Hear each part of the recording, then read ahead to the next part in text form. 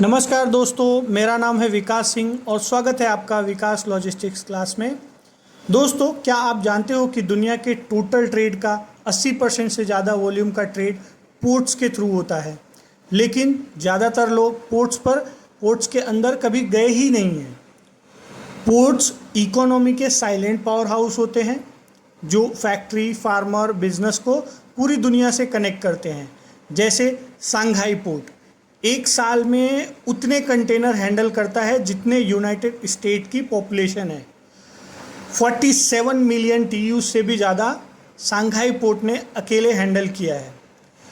Ports के बिना आपकी सुबह की कॉफ़ी, आपका स्मार्टफोन, आपके कपड़े आपके पास नहीं होते। सिर्फ 2024 में चाइना के कंटेनर पोर्ट्स ने 224 मिलियन TEUs हैंडल किए हैं। सिर्फ टॉप 8 पोर्ट्स ने इतने काम किया है।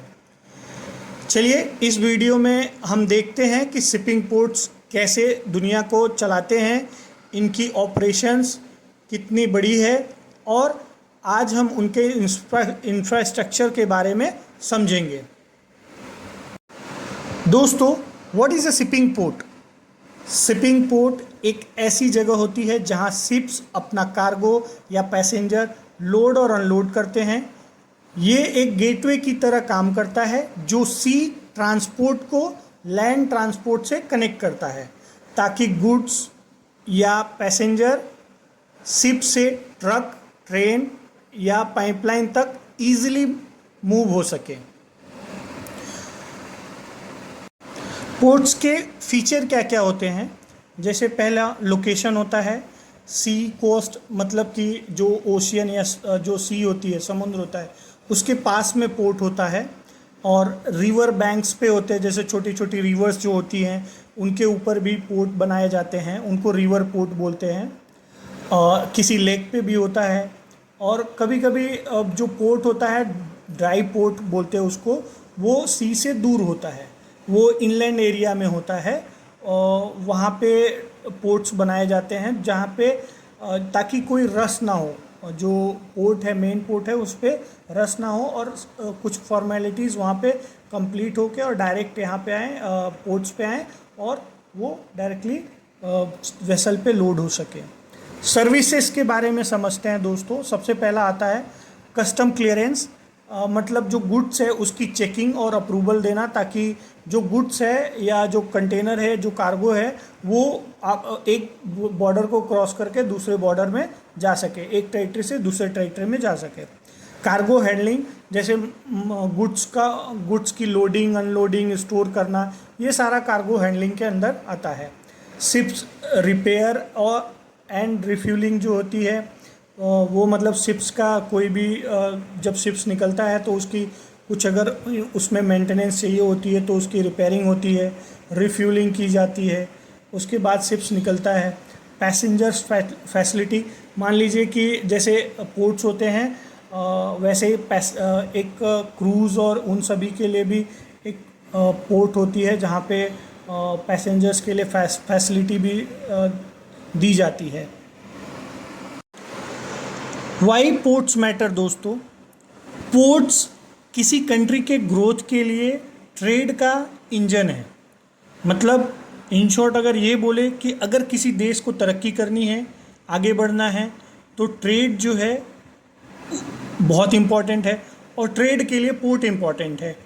तो इस तरीके से जो कंट्री के ग्रोथ है वो पोर्ट्स पे डिपेंड करता है। चलिए समझते हैं की फंक्शंस ऑफ पोर्ट्स, जिसमें सबसे पहले आता है ट्रेड गेटवे। ट्रेड गेटवे मतलब पोर्ट्स इंपोर्ट और एक्सपोर्ट को इनेबल करते हैं। कॉन्टिनेंट्स के बीच गुड्स का एक्सचेंज पॉसिबल बनाते हैं। दूसरा आता है दोस्तों ट्रांसपोर्ट हब, सी रूट्स को रेल, रोड और एयर नेटवर्क से कनेक्ट करते हैं। तीसरा आता है दोस्तों लॉजिस्टिक सेंटर, कार्गो का स्टोरेज, सॉर्टिंग और डिस्ट्रीब्यूशन यही होता है दोस्तों। चौथा आता है passenger movement, cruise seas, ferries और टूरिज्म को सपोर्ट करते हैं। सिक्योरिटी एंड रेगुलेशंस लास्ट आता है दोस्तों, जिसमें कस्टम्स, सेफ्टी और इन्वायरमेंटल रूल्स को इन्फोर्स करते हैं। चलिए दोस्तों, इकोनॉमिक इम्पैक्ट समझते हैं पोर्ट के। इसमें सबसे पहले हम रेवेन्यू जनरेशन के बारे में देखते हैं, जहाँ पे कस्टम की ड्यूटी से रेवेन्यू जनरेट होती है। Port fees, trade and taxes से रेवेन्यू जनरेट होते हैं। सेकंड आता है दोस्तों इंडस्ट्रियल ग्रोथ, जहाँ पे मैन्युफैक्चरिंग को सपोर्ट करता है। फिशिंग, टूरिज्म और एनर्जी सेक्टर को बूस्ट मिलता है पोर्ट के वजह से। अर्बन डेवलपमेंट देखते हैं दोस्तों। पोर्ट के अराउंड सिटीज़ का एक्सपांसन और इंफ्रास्ट्रक्चर इन्वेस्टमेंट होता है। पोर्ट से जॉब क्रिएशन होती है, जैसे डॉक वर्कर्स होते हैं, कस्टम ऑफिसर्स होते हैं, लॉजिस्टिक्स प्रोफेशनल्स होते हैं, और भी बहुत सारे ऐसे टीम्स हैं जो कि पोर्ट्स की वजह से उनको जॉब मिलती है, जॉब पाते हैं वो। आगे समझते हैं दोस्तों इंफ्रास्ट्रक्चर एंड कनेक्टिविटी के बारे में पोर्ट के। सबसे पहले आता है बर्थ एंड डॉक्स, जहां शिप्स एंकर करते हैं और कार्गो को लोड अनलोड करते हैं। एंकर क्या होता है दोस्तों? एंकर होता है जैसे कोई शिप्स होती है तो उसको रोकने के लिए एक लोहे का ऑब्जेक्ट, मेटल का ऑब्जेक्ट बनाया जाता है, जो कि एक चैन से कनेक्टेड रहता है, चैन से जुड़ा रहता है, और वो चैन जो है वेसल्स को होल्ड करके रखती है, शिप्स को होल्ड करके रखती है, ताकि वो कार्गो जो है, वो वेसल जो है वो मूव ना करे। उसके बाद दोस्तों आता है क्रेन एंड इक्विपमेंट्स, जहाँ पे गेंट्री, क्रेन्स, फोर्कलिफ्ट्स और कन्वेयर यूज़ होते हैं कार्गो को लोड अनलोड करना, एक लोकेशन से दूसरे लोकेशन मूव करना, ट्रांसपोर्ट जो भी सर्विस होती है ट्रक्स वगैरह पे लोड करना। तो इन सभी के लिए ये क्रेन्स एंड इक्विपमेंट्स यूज़ किए जाते हैं। वेयर हाउसेस होते हैं कार्गो के टेम्परेरी स्टोरेज लोकेशन के लिए, जहाँ से वो कार्गो फिर आगे जाएगा। तो वो पोर्ट से निकलने के बाद वो छोटे छोटे वेयर हाउसेस में रखे जाते हैं।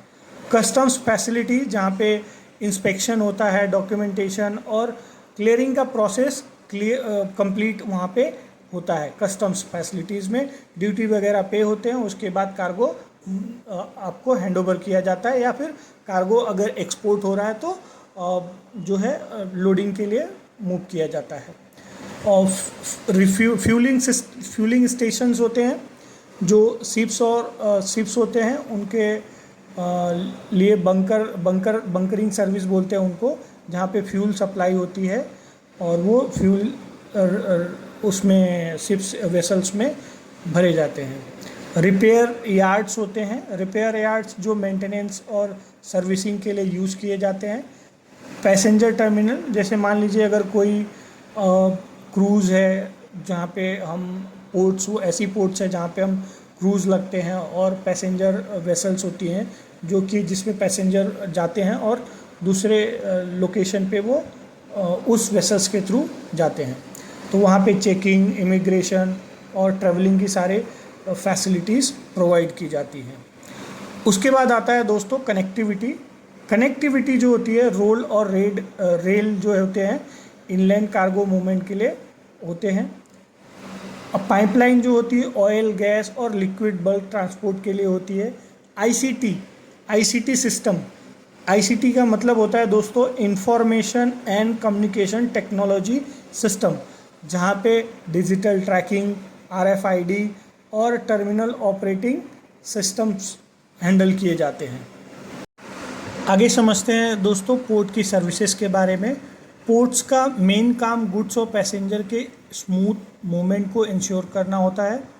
ये काम डिफरेंट सर्विस के थ्रू होता है, जैसे कार्गो हैंडलिंग, शिप से कार्गो को लोड अनलोड करना, इसमें कंटेनर, बल्क और लिक्विड कार्गो सब इंक्लूड होते हैं।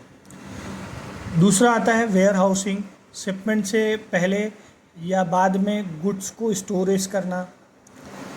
कस्टम क्लियरेंस आता है तीसरा, इंपोर्ट एक्सपोर्ट के डॉक्यूमेंट प्रोसेस करना और गुड्स का इंस्पेक्शन और ड्यूटी पेमेंट करना। उसके बाद आता है पायलटेज शिप्स जो होती हैं या वेसल्स जो होती हैं और सेफली उनके पोर्ट के अंदर और पोर्ट के बाहर ले जाना। ये एक मरीन पायलट होते हैं जो कि इंस्ट्रक्शंस देते हैं।